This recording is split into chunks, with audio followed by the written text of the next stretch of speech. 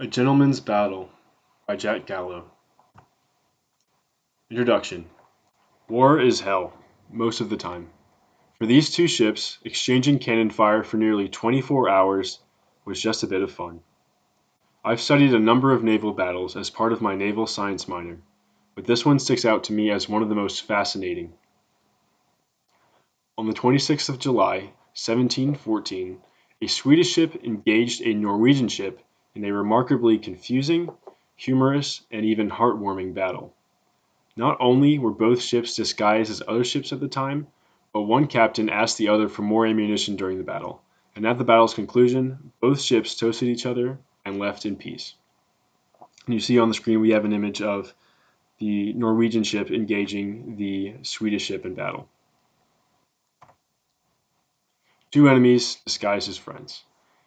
One hot day in July 1714, a Norwegian ship disguised as a Dutch ship encountered a Swedish ship sailing near the Norwegian coast, itself disguised as an English ship.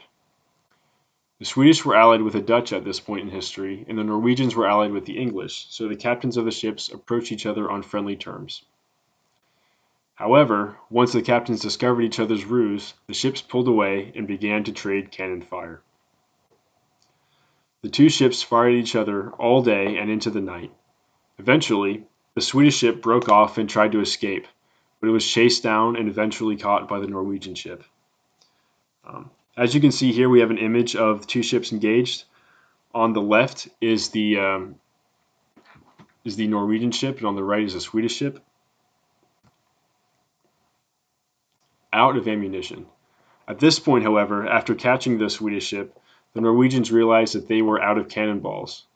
So at this point, the captain of the Norwegian ship, named Peter Torkensjold, sent a rowboat over to the Swedish with a polite message thanking the Swedes for a good and honorable duel. However, instead of asking for the battle to end, he asked the Swedish to send over more cannonballs so that they could continue to fight. Naturally, the Swedes denied the request. They weren't going to send ammo for the enemy to shoot at them. However, they also sent back a kind message thanking the Norwegians for an entertaining battle. And as you see on this image, we have a number of Swedish and Norwegian ships engaged. This is from a different battle, but as you can see, there are rowboats going between the ships, and it's the same countries concerned. To your health. After the Swedish sent back their denial of the captain's request, the ship's crews drank to each other's health while they were nursing their injuries from the battle, and they sailed away in peace. Upon hearing of the incident, the King of Denmark-Norway demanded that the Norwegian captain, Peter Torkensjold, be arrested and court-martialed for aiding the enemy. At this point in history, Denmark and Norway were joined in a union, so the King of Denmark was also the King of Norway, and so that's how he had the authority over the Norwegian captain, Peter Torkensjold. So upon returning to Norway, Captain Torkensjold was arrested and put on trial. During trial, he defended himself very fiercely, and he defended the actions of his crew, but the captain was intent on having him imprisoned for aiding the enemy, as he considered sending that message to the Swedish, announcing that he was out of ammunition. He considered that to be giving them information that aided them in their battle.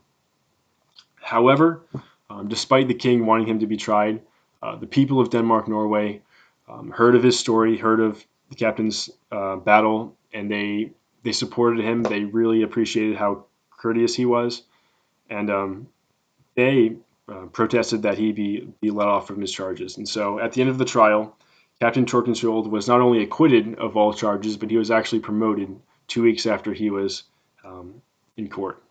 And so this is an image of the Norwegian crew drinking to the Swedish health, while, as you can see, some of them are injured from the battle. In conclusion, one of the most bizarre and entertaining battles in naval history occurred in July of 1714. Not only were both ships disguised as other ships at the time, but one captain asked the other for more ammunition during the battle, and at the battle's conclusion, both ships toasted each other and left in peace. The bold captain was both arrested and promoted after the battle, and went on to lead a lengthy and prominent naval career in Denmark-Norway. The age of chivalry may have come to an end, and an event like this is absurd to consider in the context of modern warfare, but it makes nonetheless for a very fine and entertaining sea story from the times of old. And as you see on the screen, we have a painting of Captain Torkensjold on the left and a statue of him in Denmark on the right. Thanks for listening.